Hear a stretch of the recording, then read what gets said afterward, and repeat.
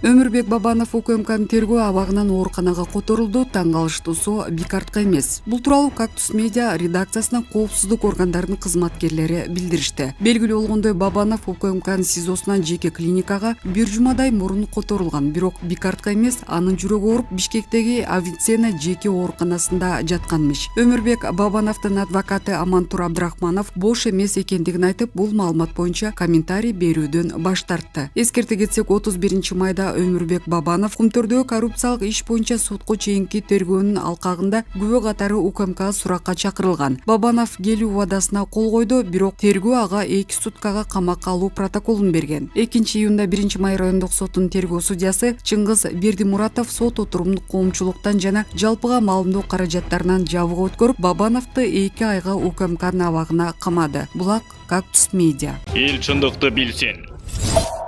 Президент Садыр Жапаров көзүнө операция жасатты. Бул тууралуу президенттик аппараттын маалымат саясат бөлүмү Акпресс агенттигине билдирди. Маалыматка караганда, президент акыркы кезде күндөн коргоочу көз айнекти операцияга байланыштуу тагып жүрөт. Мамлекет башчысына хирургиялык ийгилик үчүн талап кылган төмөнкү көздүн кабагы энтропиясы диагнозу коюлган деп жазылат билдирүүдө. Булак медиа центр. Эл чындыкты билсин. Ош шаарында жайгашкан Кыргыз унаа курулуш заводу трансформаторлорду чыгара баштады. Бул тууралуу социалдык тармактын колдонуучулары билдиришти. Маалыматка караганда, завод бүгүнкү күндө 100 жана 250 киловаттык трансформаторлор чыгара баштаган. Буга чейин аталган завод жүк ташуучу унаа чыгарганы белгилүү. Булак Сокол медиа. Эл чындыкты билсин. Баткендик активист Сапарали Бөрүбаев Кыргыз элине чукул кайрылуу жасады. Бүгүн 26-июлда Лейлек районунун Катыраң айылдык кеңешинин депутаты Сапарали Бөрүбаев маалымат агенттиги аркылуу Кыргыз элине чукул кайрылуу жасады. Лейлек районундагы Козу Баглаң жана Ак Суу дарыялары уулануу коркунучунда турат. Биздин тоолордун 70%-ын ээлеп алган чет элдик алтын казган компания мыйзамсыз кен казуу иштерин жүргүзүп жатат. Лейлек районунун калкы өзүнүн экологиясын сактап калуу максатында аталган компания менен 10 жылдан бери алып урушуп келет. Азыркы учурда алтын казган компания укук коргоо органдары менен биригип, мага мыйзамсыз кылмыш ишин козгоп жатат. Алтын казуу саясатында Кыргызстан өз үлүшүн уттурган. Ошондуктан жалпы Кыргыз элине кайрыларым, экологияны таза сактап калалы. Биздин айылдык кеңештин Козу Баглаң жана Ак Суу дарыясында кен казуу иштери жүргүзүлбөсүн деген токтом бар. Бирок буга карабастан органдар менен биригип, мыйзамсыз кен казуу иштерин азыркыга чейин жүргүзүп келет деп билдирди Бөрүбаев. Эске сала кетсек, активист Сапарали Бөрүбаев мыйзамсыз кен казуу боюнча өзүнүн жеке пикирин ачык айтып келет. Булак Назар Ньюс. Эл чындыкты билсин. Жамиля Насирова, Гүлмира Абдыралиева Ош Бишкек жолуна жамаачы салганга акылың жетпейби? Мындай суроону журналист Жамиля Насирова узатты. Транспорт жол министри Абдыралиева Гүлмира мал катпай отставкага кетиңиз жок дегенде, Сосновкадан түшкөн бечаралардын акчасына Ош Бишкек жолуна жамаачы салганга акылың жетпейби? Чор тамандардын жашылча жемиш ташуу оокат кылган жеңил машинасы ремонттон башы чыкпай жатат дейт Жамиля Насирова. Булак Назар Ньюс. Эл чындыкты билсин.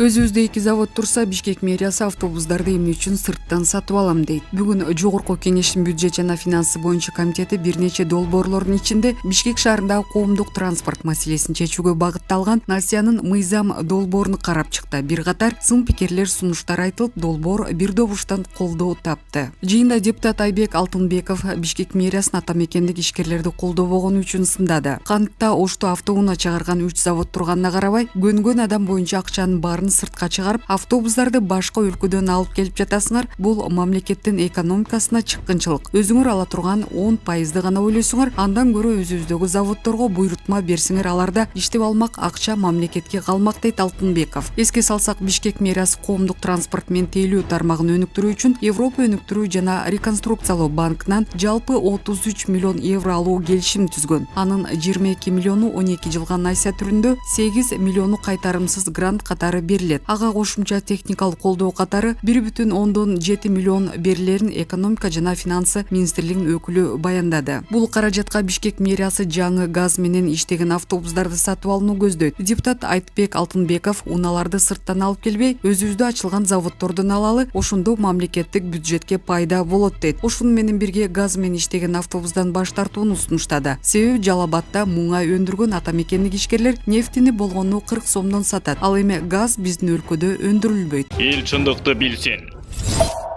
Өзбекстанга түтүктөр менен суу урдап бергендер кимдер, ким текшерет? Нуукенде Өзбекстанда мыйзамсыз урдоо жолу менен суу өткөрүп бергендер бар. Бул тууралуу Жогорку Кеңештин депутаты Мейкинбек Абдалиев бүгүнкү сессияда айтып чыкты. Ал чек ара кызматынын өкүлдөрүнө кайрылып, бул жагдай боюнча текшерүү жүргүзүү укугуңар барбы деп сурады. Момбеков менен Нуукен айыл өкмөтүнө майлуу суунун сайынан канал келет. Ал Өзбекстан менен чектеш аймактан өтөт. Өзүбүзгө суу жетпей, дыйкандар кургакчылыкта кыйналып жатса, жеке кызыкчылыгын ойлогон жарандар труба менен Өзбекстанга сууларыбызды өткөрүп берип жатат. Ушул маселени чек ара кызматы карап, текшерүү жүргүзө алабы деп суроо койду. Ошону менен бирге бул бир эле жерде эмес, Жалал Абад облусу боюнча бир нече жерде экендигин эскертти. Эске сала кетсек, Нуукен районунун тургундары биздин редакцияга да жеринен тартылган тасмаларды жиберип, окуя боюнча кабарлаган болчу. Тиешелүү органдардан жооп алууга кабарчылар аракет кылууда. Эл чындыкты билсин.